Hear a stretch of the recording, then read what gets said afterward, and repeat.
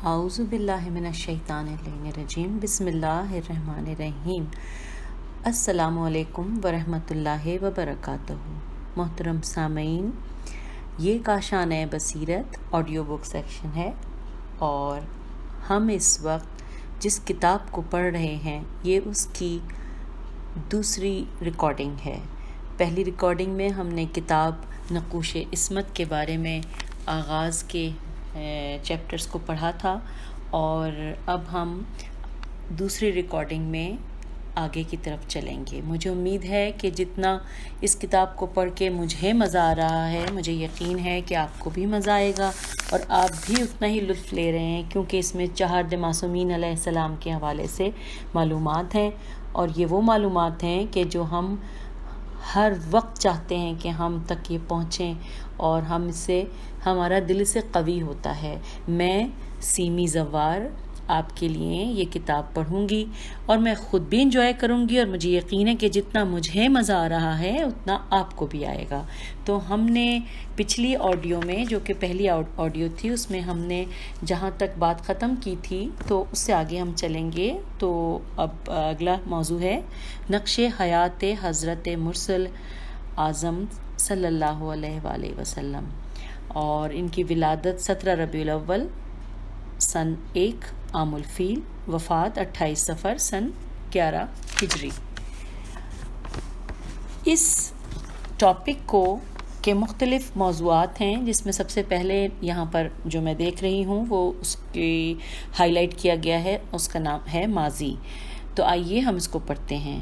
عربستان کا علاقہ جو تقریباً 1300 سے 1600 میل لمبا اور 600 میل چوڑا علاقہ ہے اور جس کا کل رقبہ 12,30,000 مربع میل ہوتا ہے، یعنی متحدہ جرمنی اور فرانس سے 4 گنا زیادہ اور متحدہ ہندوستان سے 1/3 کم۔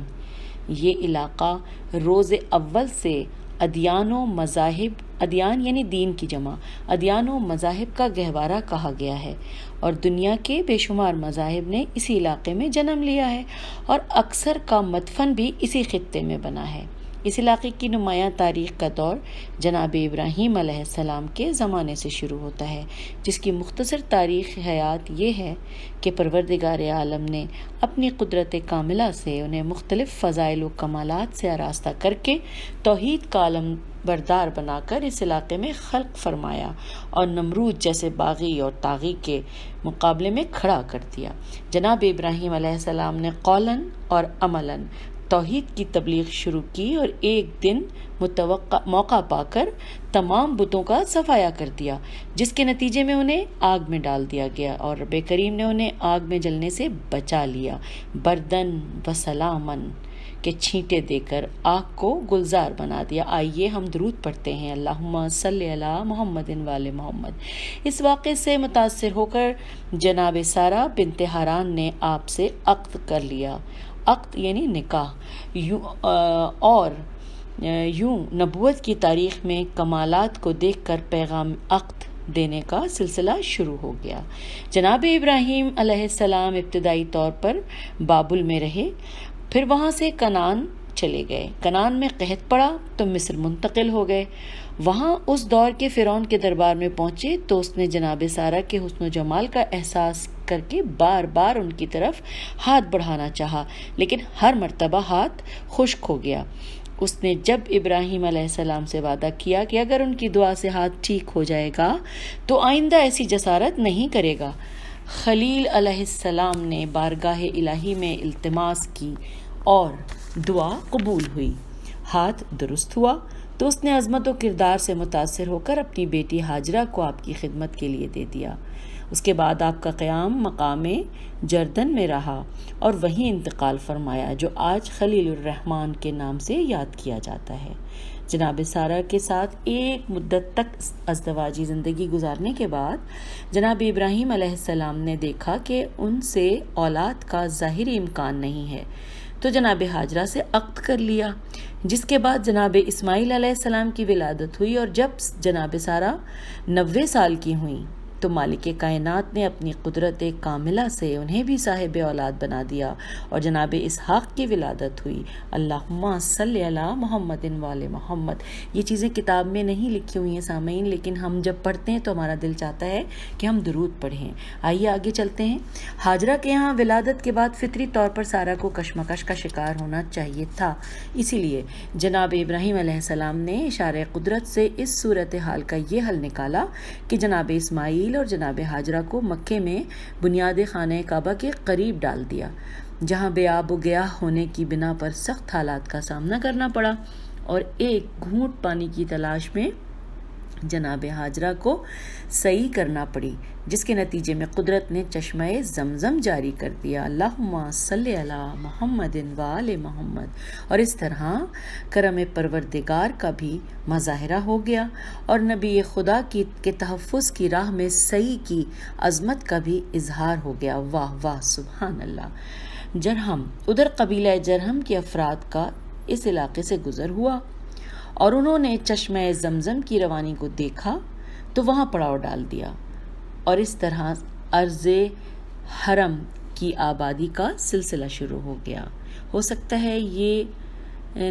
کچھ عرصے کے بعد جناب ابراہیم علیہ السلام اپنے گھر والوں سے ملنے کے لیے آئے تو جناب اسماعیل علیہ السلام موجود نہ تھے۔ ان کی زوجہ نے اخلاق و مدارات کا مظاہرہ نہ کیا تو جناب ابراہیم نے طلاق کا اشارہ دے دیا، اور اس طرح دوسری شادی قبیلہ جرہم میں ہوئی،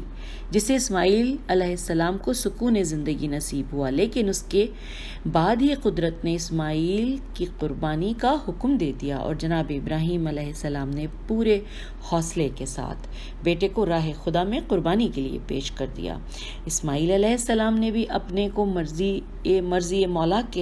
آپ کو مرضی مولا کے حوالے کر دیا، اور اس طرح ابراہیم خلیل اللہ قرار پائے اور اسماعیل ذبیح اللہ۔ ایثار اور فداکاری کا یہ سلسلہ نسل ابراہیم علیہ السلام اور اسماعیل علیہ السلام میں جاری رہا، یہاں تک کہ جناب عبد مناف پیدا ہوئے جن کا نام عمر الاعلیٰ تھا۔ سامعین، اکثر نام اور جگہوں کے حوالے سے ہو سکتا ہے کہ پڑھنے میں کچھ مجھ سے غلطی ہو، لیکن اگر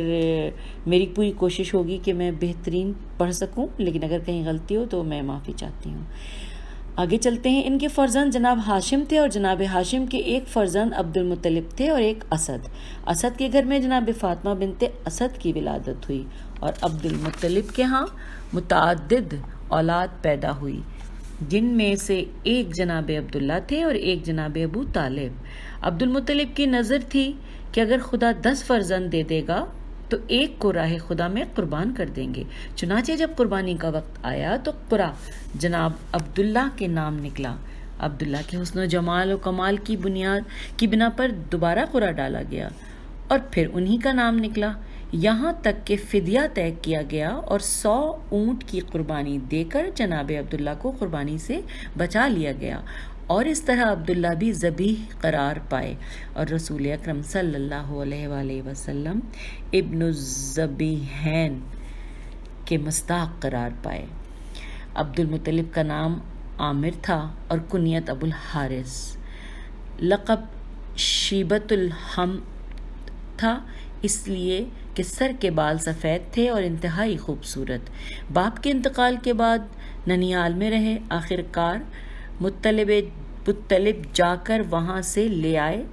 تو لوگوں نے بھتیجا کہنے کے بجائے ان کا غلام کہنا شروع کر دیا، اور اس طرح عامر کے بجائے عبد المطلب قرار پائے۔ رسول اکرم صلی اللہ علیہ وآلہ وسلم کے ارشاد کے مطابق جناب عبد المطلب 5 خصوصیات کے حامل تھے۔ آئیے وہ 5 خصوصیات ہم غور سے پڑھتے ہیں۔ پہلی خصوصیت میں نمبر وار پڑھتی جاؤں گی۔ پہلی خصوصیت کہ انہوں نے سب سے پہلے باپ کی زوجہ سے عقد کو ممنوع قرار دیا۔ دوسرا نمبر، خزانے پر خمس عائد کیا۔ تیسری خصوصیت، حاجیوں کی سقائیت اور سیرابی کا انتظام شروع کیا۔ چوتھی، ایک انسان کے بدلے 100 اونٹ کی دیت مقرر کی۔ پانچویں، طواف کعبہ کے 7 چکر معین کیے۔ اور قدرت نے ان کے اخلاص کی بنا پر ان تمام اقدامات کو جزء مذہب بنا دیا اور انہیں فرزند کی قربانی کے ارادے کی بنا پر ابراہیم ثانی کے لقب سے نوازا۔ ماشاءاللہ۔ سخاوت کی بنیاد پر عبد المطلب متعمتیر کے لقب سے مشہور تھے، اور ان کا سب سے بڑا کارنامہ اس حوصلے اور ہمت کا اظہار ہے جو ابرہۃ الاشرم کے مقابلے میں پیش کیا، جب وہ ہاتھیوں کا لشکر لے کر خانہ خدا کو منہدم کرنے کے لیے آیا اور سارے مکے والے آبادی چھوڑ کر بھاگ گئے۔ جناب عبد المطلب ابرہہ کے پاس گئے اور اس نے احترام کرنے کے بعد سب پوچھا تو فرمایا کہ تیرے لشکر والوں نے میرے اونٹ پکڑ لیے ہیں، میں انہیں واپس لینے آیا ہوں۔ اس نے کہا کہ بڑے افسوس کی بات ہے کہ تمہیں اونٹوں کی فکر ہے اور اس گھر کی فکر نہیں ہے جسے ڈھانے کے لیے میرا لشکر آیا ہے۔ سامعین، یہ میں یہاں پہ روکتی ہوں کتاب کا یہ واقعہ سنانے کے بیچ میں، کیونکہ اس کا جواب اتنا خوبصورت دیا گیا ہے کہ آپ سنیں گے تو آپ کو بھی مزہ آئے گا۔ آئیے میں بتاتی ہوں۔ اس کے جواب میں یہ لکھا ہے کہ جناب عبد المطلب نے فرمایا کہ میں اونٹوں کا مالک ہوں اور اس گھر کا بھی ایک مالک ہے جو ان قریب اسے بچا لے گا۔ واہ واہ واہ واہ! ابرہہ اس اشارے کو سمجھ نہ سکا جو ہر مغرور و متکبر انسان کا عالم ہوتا ہے، لیکن رب العالمین نے عبد المطلب کے بیان کی لاج رکھ لی اور ابابیل کا لشکر بھیج کر ابرہہ کے لشکر کا خاتمہ کرا دیا، اور اس طرح چھوٹی طاقت سے سپر پاور کے ہارنے کا قدرتی نظام سامنے آ گیا اور ابرہہ کو باعزت طریقے سے مرنا بھی نصیب ہوا۔ ابرہہ کی فوج میں 60,000 افراد تھے، جن میں 9 یا 13 بڑے بڑے ہاتھی تھے، اور سب سے بڑے ہاتھی کا نام محمود تھا، جس نے خانہ کعبہ کے انہدام کا کام لینا تھا، جو قدرت کی تدبیر خاص سے ناکامی میں تبدیل ہو گیا۔ یہ عبد المطلب کا کمال ایمان تھا کہ انہوں نے گھر کی حفاظت میں بتوں کا حوالہ نہیں دیا، بلکہ ایک غیبی طاقت کا حوالہ دے کر یہ واضح کر دیا کہ مالک اصلی یہ بت نہیں ہے، خدا ہے، اور اطمینان قلب کا راز ظاہر پر ایمان نہیں ہے بلکہ ایمان بالغیب ہے۔ واہ واہ! مزہ آ گیا یہ پڑھ کے۔ آئیے آگے چلتے ہیں۔ اگلی ہائی لائٹ ہے حال، اس کے بارے میں ہم آگے پڑھتے ہیں۔ حال کے بارے میں لکھا ہے کہ جس سال ابرہہ کی تباہی اور خانہ خدا کی حفاظت خاص کا واقعہ پیش آیا، اس سال کو عام الفیل کہا جاتا ہے، اور اسی سال رسول اکرم صلی اللہ علیہ وآلہ وسلم کی ولادت ہوئی۔ عام شیعہ روایات کی بنا پر 17 ربیع الاول کو اور عام سنی روایات کی بنا پر 12 ربیع الاول کو۔ مصر کے مشہور عالم فلکیات کی تحقیق کی بنیاد پر بقول مولانا شبلی 9 ربیع الاول کو، اور انگریزی سال کے اعتبار سے مشہور مسلک 29 اگست یعنی 29 اگست 570 یعنی 570 عیسوی ہے، اور مولانا شبلی کا مسلک 20 اپریل 571 عیسوی ہے۔ مقام ولادت شیب ابی طالب تھا، جس مکان کو رسول اکرم نے عقیل کو ہبہ کر دیا تھا، اور انہوں نے محمد بن یوسف ثقفی کے ہاتھ فروخت کر دیا تھا، جس کے بعد ہارون رشید نے اسے خرید کر مولود النبی قرار دے دیا۔ بقولے، اس میں آگے لکھا ہے بقولے، یعنی کہ کسی کے قول ہے یہ۔ اچھا جی، آگے چلتے ہیں۔ زمانہ حمل میں جناب آمنہ کو خواب میں بشارت ہوئی کہ بچے کا نام احمد رکھا جائے، اور یہ بریکٹ میں لکھا ہوا ہے ابن سعد نے کہا کہ اور بروایت اہل خاندان کے مشورے سے عبد المطلب نے محمد طے کیا، لیکن حق یہ ہے کہ یہ کام بھی بذریعہ الہام انجام پایا ہے، اس لیے کہ جب آل رسول صلی اللہ علیہ وآلہ وسلم کے اسماء گرامی قدرت کی طرف سے نازل ہوئے ہیں، تو یہ کیوں کر ممکن ہے کہ خود رسول اکرم صلی اللہ علیہ وآلہ وسلم کا اسم گرامی اہل خاندان سے کے مشورے کا ممنون و کرم ہو۔ ٹھیک ہے جی۔ اچھا جی، آپ شکم مادر میں تھے کہ آپ کے والد بزرگوار جناب عبداللہ کا انتقال ہو گیا، اور بروایت سیرت النبی صلی اللہ علیہ وآلہ وسلم شبلی بحوالہ طبقات ابن سعد، آپ کو اپنے والد محترم کی طرف سے میراث میں ایک ایمن کنیز 5 اونٹ اور چند دمبیاں ملیں۔ اور اس طرح انبیاء کے یہاں میراث نہ ہونے کا مفروضہ روز اول ہی باطل ہو گیا۔ اگلا ٹاپک نظر آ رہا ہے، یعنی ہائی لائٹ جو کیا گیا ہے وہ ہے رضاعت۔ اس کے بارے میں پڑھتے ہیں۔ مورخین کے قول کی بنا پر 3 دن یا 7 دن یا 9 دن جناب آمنہ کا دودھ پیا، اس کے بعد مستقل رضاعت کے لیے حلیمہ سعدیہ کے سپرد کر دیے گئے، جہاں 2 برس کی عمر تک رہے اور صحرا کی کھلی آب و ہوا میں پرورش پاتے رہے اور اپنے تبلیغی ماحول کا جائزہ لیتے رہے۔ وہاں سے واپس آئے تو 2 برس کے بعد مادر گرامی کا انتقال ہو گیا اور اب مستقل طور پر اپنے دادا جناب عبد المطلب کے ساتھ رہنے لگے۔ 8 برس کی عمر تھی کہ ان کا بھی انتقال ہو گیا اور انہوں نے اپنی خداداد فراست کی بنیاد پر کفالت و حفاظت کا سارا کام جناب ابو طالب کے سپرد کر دیا، جو آخر دم تک اس فریضے کو بحسن و خوبی انجام دیتے رہے اور اس طرح کفالت و حفاظت کی کہ ان کے انتقال کے بعد رسول اکرم صلی اللہ علیہ وآلہ وسلم نے انہیں انہی احسانات کو یاد کر کے ان کا مرثیہ پڑھا۔ اگلا ہائی لائٹ کیا ہے شغل زندگانی۔ آئیے یہ پڑھتے ہیں۔ 10 برس کی عمر سے اپنی اصلاحی صلاحیت کے اظہار کے لیے غلہ بانی کا کام شروع کیا اور اس طرح قوم پر واضح کرتے رہے کہ میں جانوروں کی بھی اصلاح کر سکتا ہوں اور مجھ میں یہ صلاحیت دوسرے افراد سے کہیں زیادہ پائی جاتی ہے۔ آپ کے جانوروں کی چراگاہ مقام احیاء کے پاس قراریت میں تھی، جسے امام بخاری نے اپنی کتاب میں قیرات کی جمع اور سکہ بنا کر حضور کو مزدوری پر جانور چرانے والا بنا دیا، جبکہ اس کی کوئی حقیقت نہیں ہے۔ یہ دوسرے افراد کا کاروبار تھا جسے رسول اکرم صلی اللہ علیہ وآلہ وسلم کے حوالے کیا گیا۔ 12 برس کی عمر میں پہلا تجارتی سفر شام کی طرف اپنے چچا جناب ابو طالب کے ساتھ کیا، جہاں چند لمحوں کے لیے بحیر راہب کا سامنا ہوا، جس نے سر پر ابر کو سایہ فگن دیکھ کر ابو طالب کو نصیحت کی کہ اس بچے کو وطن واپس کر دیں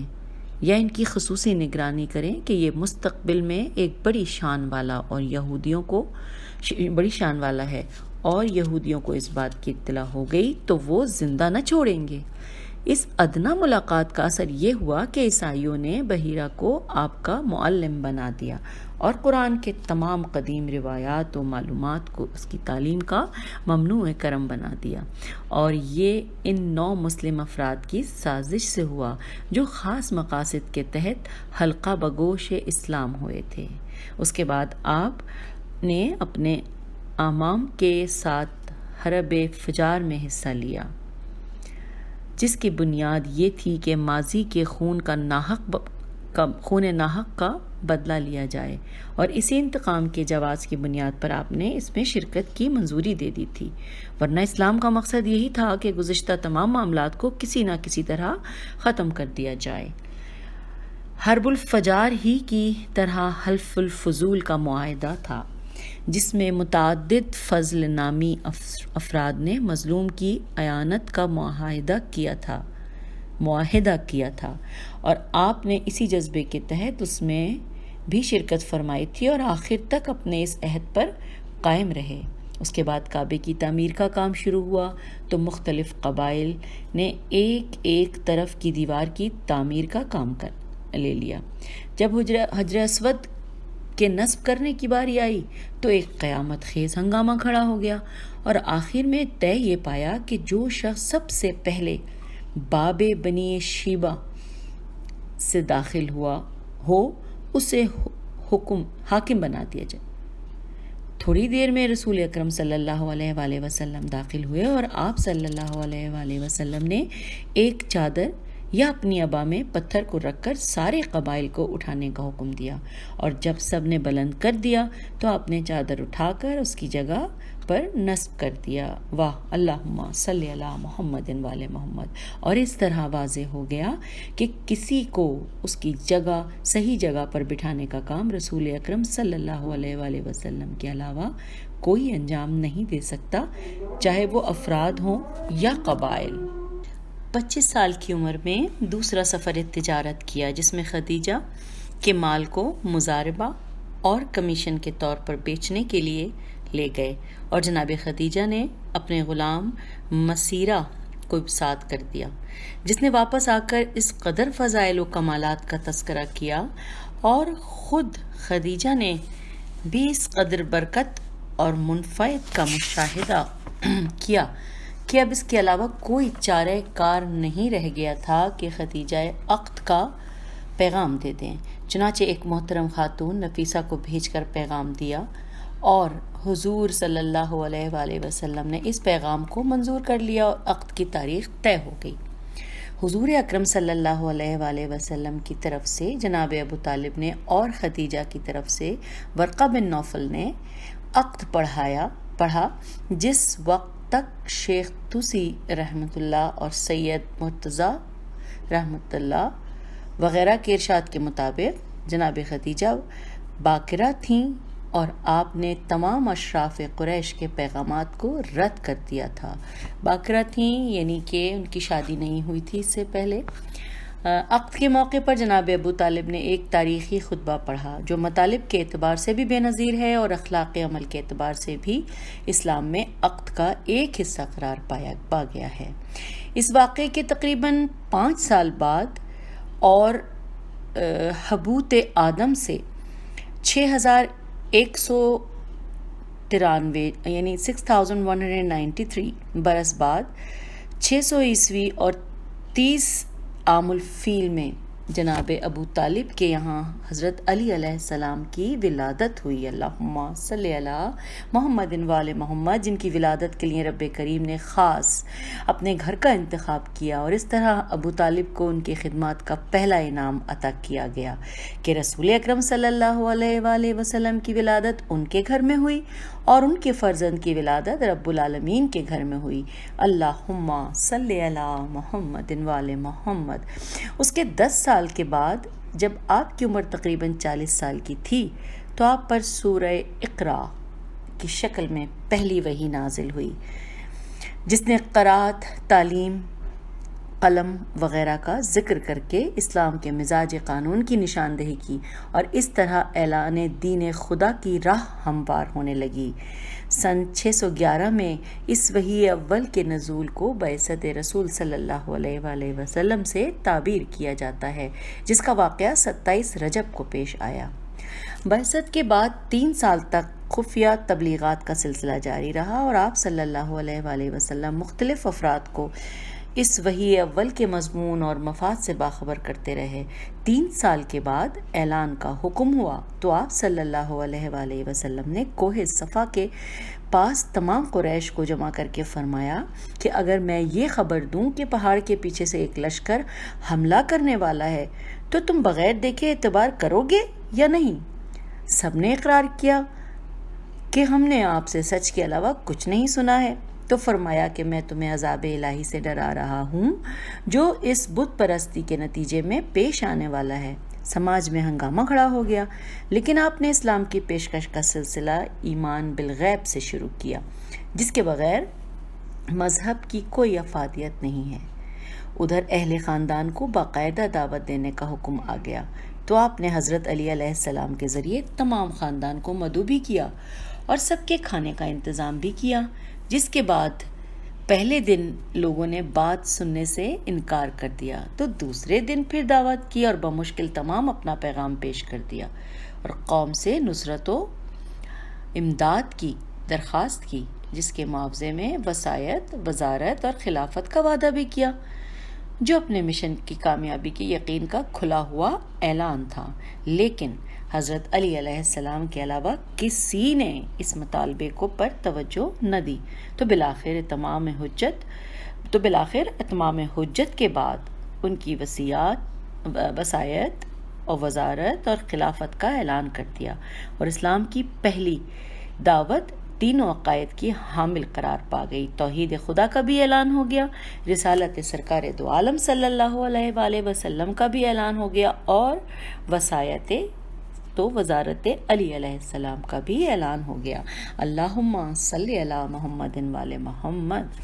اس اعلان عام کے بعد قریش کی طرف سے مخالفتوں کا سلسلہ شروع ہو گیا، اور اس سلسلے میں سب سے پہلے حارث بن ابی حالہ کو شہید کیا گیا، جو اعلان رسالت کے چوتھے سال اسلام کے پہلے شہید ہیں۔ حارث کی شہادت کے بعد شہادتوں اور اذیتوں کا یہ ایک سلسلہ شروع ہو گیا، جس میں مرد، عورت، آزاد، غلام سب شریک رہے، اور کسی ایک کو معاف نہیں کیا گیا۔ مردوں میں جناب یاسر کو بے دردی کے ساتھ شہید کیا گیا،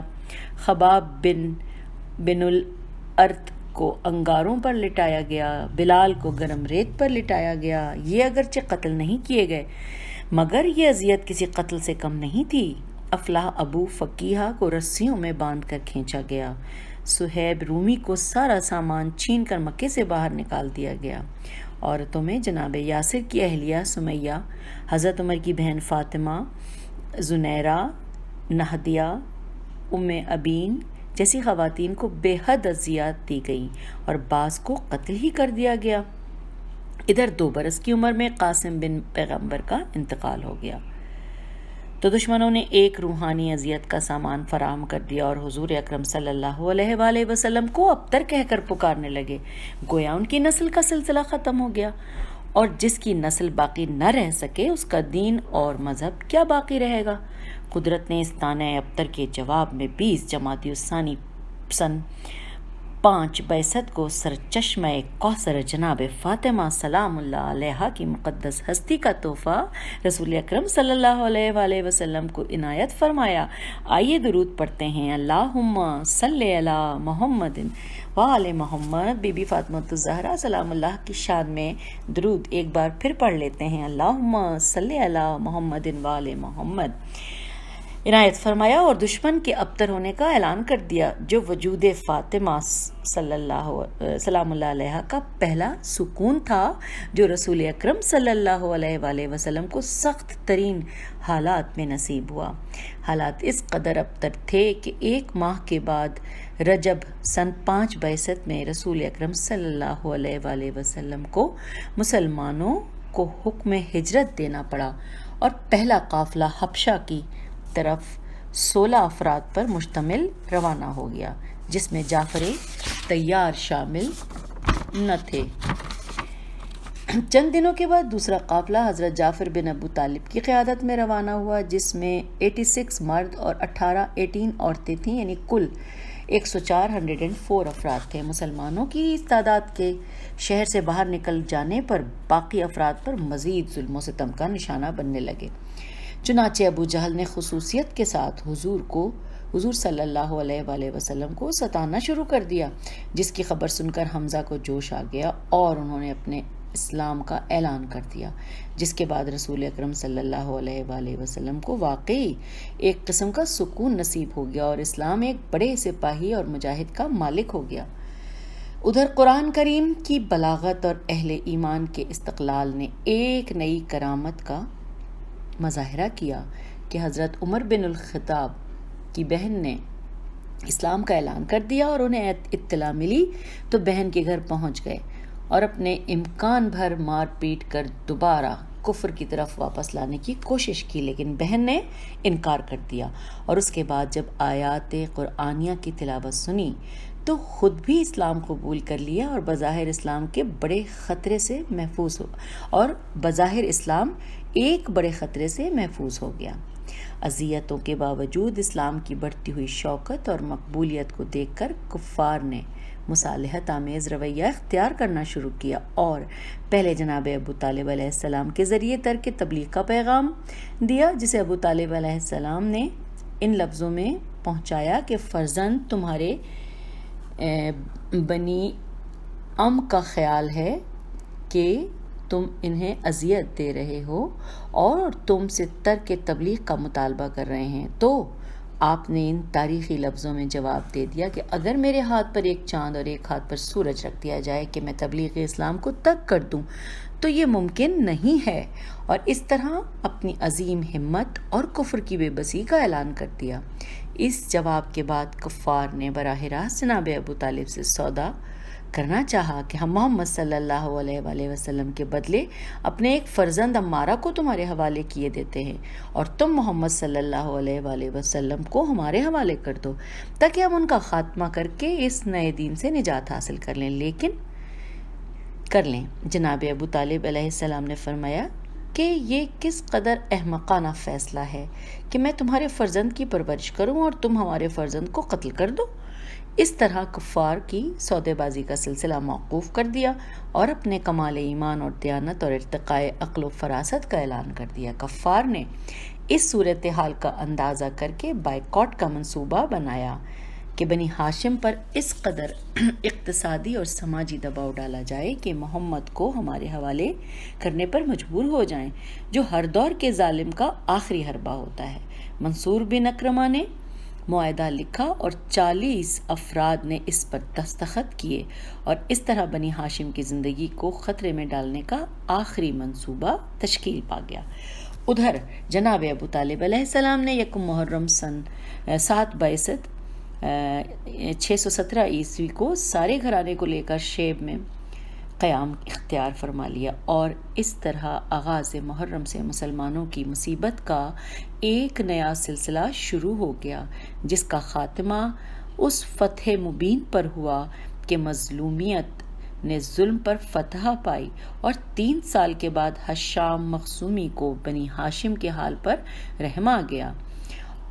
اور اس نے معاہدے کے خلاف آواز اٹھانا شروع کر دی۔ ادھر رسول اکرم صلی اللہ علیہ وآلہ وسلم نے جناب ابو طالب علیہ السلام کے ذریعے یہ خبر پہنچائی کہ عہد نامے کو دیمک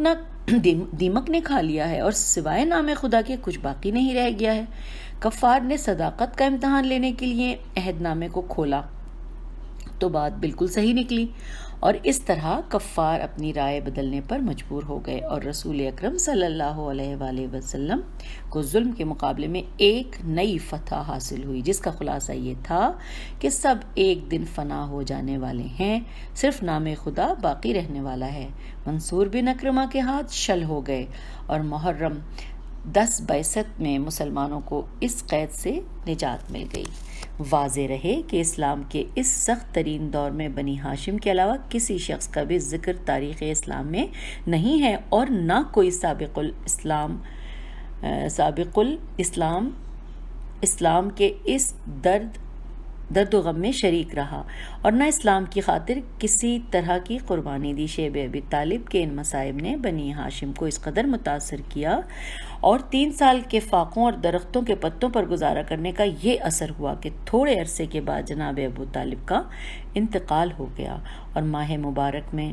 جناب خدیجہ بھی دنیا سے رخصت ہو گئیں اور اسلام اپنے دونوں پشت پناہوں سے محروم ہو گیا۔ اب نہ ابو طالب جیسا مرد آہن اور باوقار بزرگ رہ گیا، نہ خدیجہ جیسی صاحب دولت اور بااخلاص خاتون۔ رسول اکرم صلی اللہ علیہ وآلہ وسلم پر ان حادثات کا اس قدر اثر ہوا کہ آپ نے پورے سال کو عام الحزن کا نام دے دیا اور اسلام کے مصائب کا ایک نیا دور شروع ہو گیا۔ اس آڈیو کو ہم یہیں پر روک دیتے ہیں اور کیونکہ کافی ٹائم ہو گیا ہے، آپ بھی تھوڑا سا آرام کیجئے اور پھر ہم اگلی آڈیو میں پھر ملتے ہیں، کیونکہ جتنا پڑھتے جاتے ہیں جستجو اتنی ہی بڑھتی جاتی ہے اور کیونکہ کتاب بہترین دوست ہوتی ہے اور وہ تاریخ کا بتاتی ہے، اور جو کتاب ہم پڑھ رہے ہیں نقوش عصمت، اس کتاب کو جتنا ہم پڑھتے جاتے ہیں اتنا ہمارے ذہن روشن ہوتے جا رہے ہیں اور ہماری جستجو بڑھتی جا رہی ہے کہ ہم اور پڑھیں، جلدی سے جلدی مزید جان لیں۔ تو اگلی آڈیو تک کا انتظار کیجئے، ہم پھر ملیں گے۔ میں سیمی زوار آپ کے ساتھ اگلی آڈیو میں آپ کے ساتھ پھر ملتی ہوں تھوڑی چھوٹے سے بریک کے بعد۔ خدا حافظ۔